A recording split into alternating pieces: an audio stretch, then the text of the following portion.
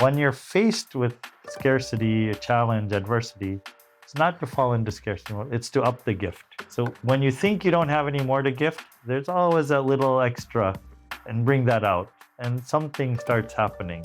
So harmony of the self. And so Gandhi had raised this as the core purpose of the freedom struggle. He's like, it doesn't matter if you get rid of the British or not. That's not what the freedom struggle. It's like, how do we build a life and systems which create harmony of the self? So the treasure hunt is to remind us that we have so many different amazing people and resources all around us. You know, there's potters and there's artists and there's grandmothers who know how to make 101 kinds of slow food dishes, you know, and there's healers who know all about different kinds of alternative healing. They're all around us. There's musicians. So the treasure hunt is a game which you play for like 4 hours, and you start to realize, oh my God, I'm living not in a scarcity based world. I'm full of abundance. Welcome to this week's Timeless, where we have created a short piece for you from our archives. This one is from episode 39 with Manish Jain on unschooling, gift culture, and deep localization, entitled Freedom from the Shackles of Education. I have very fond memories of recording this on a rooftop in India at midnight under the full moon, after a very big day celebrating Oroville and my birthdays. Manish personally has taught me to bring more play, spontaneity, and joy into life. And it's always like that spending time with him. I remember a couple of years ago at Local Futures in Bristol, we were dancing in a pizza shop at midnight on a Monday, bringing joy and aliveness to everyone in there. I do recommend that sometime you go and listen to the full episode and explore the rest of our archives where there is so much wisdom, goodness, and inspiration. We have for you a timeless here on unlearning village intelligence and why, when scarcity knocks, we up the gift. Here is 20 minutes that will change how you think about learning, work, and worth. My guest is Manish Jain, an uneducator, giftivist, inter-cosmos vision facilitator, filmmaker, urban organic farmer, slow food chef, compassionate clown, writer, organic intellectual, master yogi, and co-founder of the unschooling movement. He is deeply committed to regenerating our diverse knowledge systems and cultural imaginations. He has served for the past 25 years as coordinator and co-founder of Sheikh Shantar, the People's Institute for Rethinking Education and Development based in Udaipur, India, and is co-founder of the Swaraj University, Creative Adda, Learning Society's Unconference, Walkouts Walk-On Network, and Udaipur as a learning city in India. New projects include Ecoversities, Jail University, and Farmversities. This Timeless turns everything on its head. What if the most educated amongst us are the most disconnected? Here we explore how do we unlearn our conditioning. And please do a treasure hunt wherever you are this week. You will be amazed by what you find. Welcome to All That We Are, with me, your host, Amisha Tala Oak. On this show, we explore the weave between activism, the sacred, creativity, and regeneration, the spaces where our inner and outer worlds dance. From healing trauma to nature connection, to new technologies, to ancient wisdom, it's time for us to move beyond silos and into an integrated way of being. Every one of us has ideas and personal experiences to share that can lead us to a more beautiful future. Despite the challenges we face as a global community, or the pressures we meet in our daily lives, when we stop and dare to listen, to ask ourselves the big questions, and to share what we are already doing and envisioning, we create the futures of our wildest dreams, and we begin to embody all that we are becoming, and all that is possible. We created a space, we called it Shikshantar, which we put the subtext, the People's Institute for Rethinking Education Development. So up until when we started, there was like this kind of think tanky feel, because that's what I had experienced. But it very quickly evolved out of that mode, and large part because of my grandmother, but also because of the other kinds of, we had all these kids who had left school, started coming to the center and space we had. And so to be meaningful, then we couldn't be like this proper office type of space, you know. I think the one thing is that we made a couple of things, and we weren't as kind of collective decisions to start. So one was, we weren't going to take any money from governments or corporations or international agencies. So we wanted to have our freedom to actually evolve. And we actually, the other thing is, I saw a lot of people, young people like my age, who left the corporate world, joined the NGO world, and got even more cynical. Mm-hmm. And burnt out. And burnt out, then exactly. It's like you're working all those hours, yeah, and you don't have the 5-star hotels and the first-class flights and everything. And so then they're like, no, this doesn't make sense. But I thought, let's create a space where we need to think beyond this model of development and this system that we have. And it has to be a very creative and free-flowing space. So that was a simple thing. And we had one question only, because I had read this, I told you, Swaraj. So Swa means self, and it's beautiful because it embodies both the individual self and the collective interdependent self. And Raj literally means rule over, but I read it more like harmony. So harmony of the self. And so Gandhi had raised this as the core purpose of the freedom struggle. He's like, it doesn't matter if you get rid of the British or not. That's not what the freedom struggle. It's like, how do we build a life and systems which create harmony of the self? And so that question stuck with me. I'm like, okay, this is what we have to explore and figure out. And what's the models of learning and education and wisdom and creativity that are going to help us do that? So that was the question. So there was no mission statement, no all of those visions, all that stuff, you guys. We're all taught to do it make a business plan. So none of that. Yeah. And so and then the other thing was that we're going to run this in the spirit of gift culture. Mm-hmm. Very early on, we did some publications. So like everyone's like, oh, you should put a copyright on this. And we said, no, we're going to put copyleft on everything we do. And it'll be shared freely with people, and people can contribute to it. And this is a long time before like Creative Commons. Yeah, this is 20 years ago. Yeah. 20 years ago, yeah. So, and we didn't have any project we were running, let's say, for anybody. So it was whoever was flowing in the door became, part of co-creating this. And we were able to just kind of, because we weren't implementing, right, we were able to dance with them and co-create things. And so we had, people like, I remember one of the kids who came in was Vishal, and he was just fantastic at taking anything and designing something beautiful out of it. Mm-hmm. You give him some old wires and he'll take it and he'll like make this beautiful lampshade out of it, And so we later came onto the term upcycling. Mm-hmm.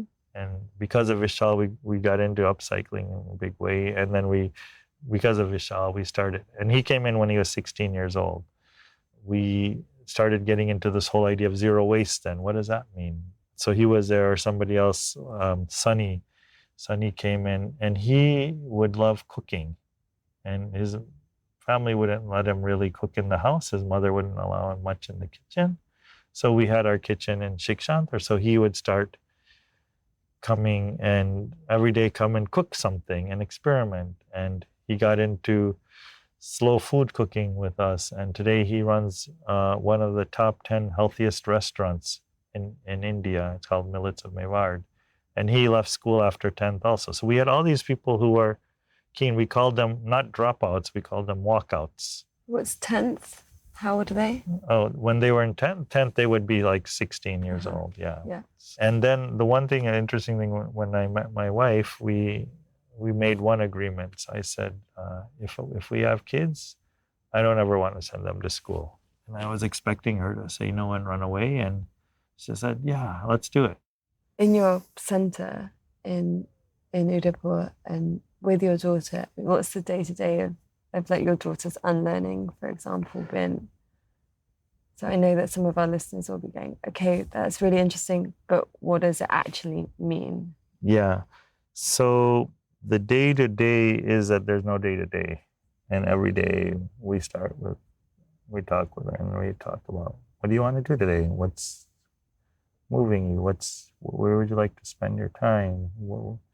What's concerning you, you know? And so we kind of work with there. So the center, we cook together. So there's a community there. There's workshops that are happening there. There's people who come and are working on all kinds of projects. We have something called Udaipur as a learning city, which is really to start to see how do we, on one level, transform the vision of urbanization that the entire world is moving towards, and how do we do it in our city? And on another level, how do we create all kinds of spaces for people to set up their amazing dreams and share them with each other? And how do we create spaces around the city where, Gandhi talked about reconnecting to our head, heart, hands, and home. So that's kind of the spirit of that. And so she sometimes goes and does apprenticeships in the city. Like we have an animal shelter. She's done apprenticeships there since she was, I think, 7 years old. She started going. And she goes and spends time with artists because we have a whole bunch of artists.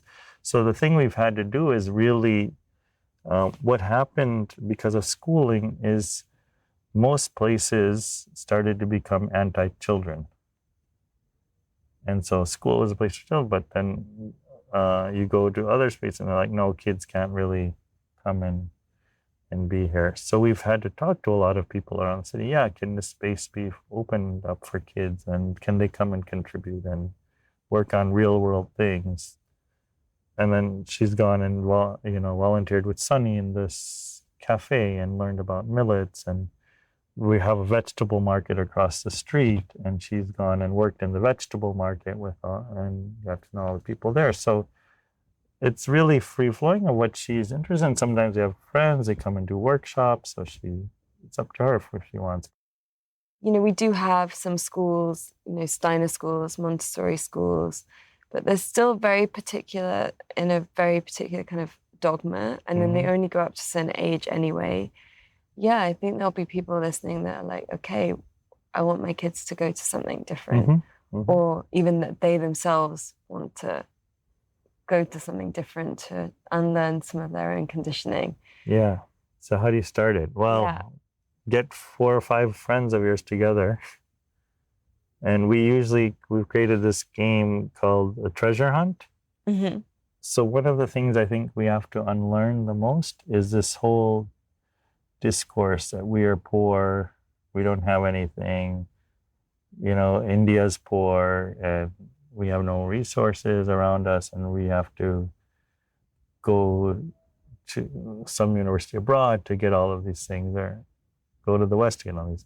So the treasure hunt is to remind us that we have so many different amazing people and resources all around us. There's potters, and there's artists, and there's grandmothers who know how to make 101 kinds of slow food dishes, and there's healers who know all about different kinds of alternative healing things. They're all around us. There's musicians. So the treasure hunt is a game which you play for like 4 hours, and you start to realize, oh my God, I'm living not in a scarcity based world. I'm full of abundance all around me. Because I was being schooled, I never even realized how rich I am. So we suggest people start thinking about treasure hunts and starting to meet people and just asking them, like, I don't want to waste my life in school. I don't want to pay all this money for a degree, but I really want to learn. And would you be willing to be part of our ecoversity? And you'll be amazed by what the kinds of deep commitment and offering and all kinds of things. People are like, yeah, I can give my time. Or they're like, oh, I can give you, here, use my campus. I have today we started this with no money, right? And it's like, can we create the first gift culture university of India? And they have 25 campuses. People are like, every other month. Here, we have this campus. Come and use it for your. We believe in this dream. So once you kind of invite this larger field, like people really want to build this more beautiful new world, and they're just looking for those opportunities to contribute, but to really hold it from a very deep place of integrity and love and commitment, and so that starts to create a whole field of stuff of magical things that can start happening. And the other thing I think is we've started this unschooling space in a tribal village recently. And so Close by? It's near Udaipur. Yeah, it's a couple of hours away. That's been fantastic so far. Like I'm learning so much. And I knew some things about tribal culture, but really trying to see, it's a huge challenge. Like how do you, because it's so painful to see what schooling is doing to these kids and how, they're so connected with nature and community and things, and coming to a school and then seeing them in these ugly uniforms and being treated like rubbish, basically. The school I went to, every single classroom, the teacher is walking around with a stick, a whipping stick.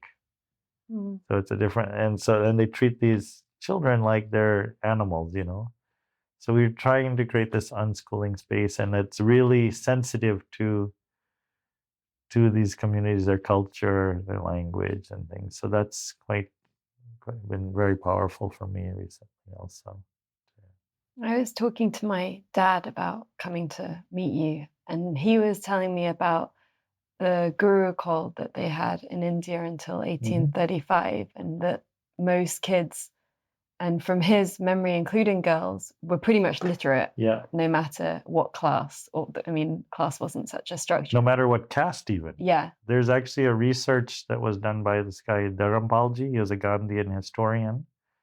He went through something like 20,000 pages of British records in the British Library, and he uncovered this whole different narrative, how learning looked like in India, and gurukuls and apprenticeships were a big part of that.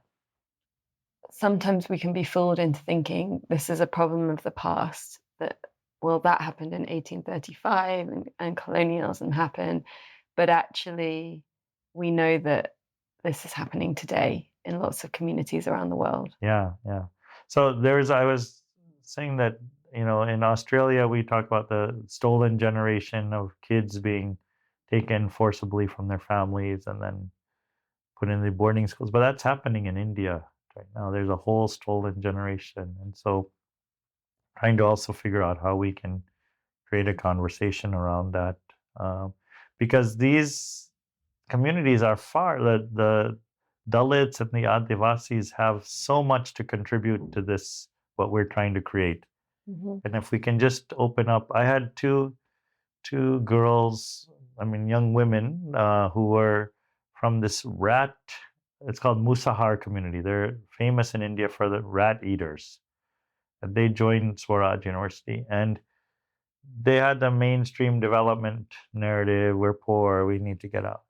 And we had many conversations, and I realized they have so much depth of understanding about gift culture, about nature, about it. And so there's a tremendous shift I saw in them of how they even perceive themselves and what they perceived they had to contribute to the world and how they could be part of creating. So this is not a hippie or elitist movement of a more beautiful world, but these communities actually can help lead us. So that's where, I'm hoping that we can get more of them involved in these conversations. Mm-hmm. So I think it's really important that we link these conversations on education with conversations on gift culture, alternative economies, because I think both of these complement each other and just open up lots more possibilities for how we can reimagine everything. I was fortunate to actually be re-immersed in gift culture. And I think that everybody in some part of our life, it still exists. So one invitation is to try to find those spaces where it's existing and reconnect to those, and then try to create more spaces within yourself. And I think the more friends, there's a whole bunch of things that we've been working on, like with friends around the world, like there's a whole set of little games, rituals where we, exercises, tools, processes where we can start to try to regenerate some of that. And once the field of trust starts merging, then all kinds of unimaginable things are possible. So I call it actually the exponential power of trust.